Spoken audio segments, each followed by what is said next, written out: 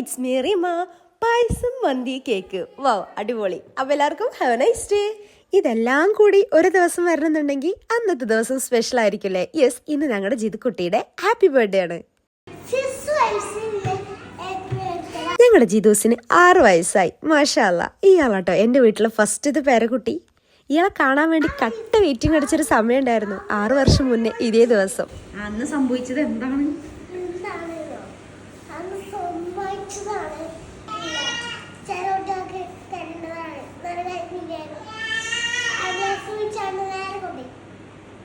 Yes, അത് തന്നെയാട്ടോ സംഭവിച്ചേ. ഇപ്പം ഇയാൾ പറയുമ്പോൾ ചിരി വരുന്നുണ്ടെങ്കിൽ പോലും അന്നത്തെ ദിവസം എങ്ങനെയാണ് ഞങ്ങളെല്ലാം ഓവർകം ചെയ്തതെന്നുള്ളത് ചിന്തിക്കാൻ പോലും പറ്റാത്തൊരു കാര്യമാണ് കേട്ടോ.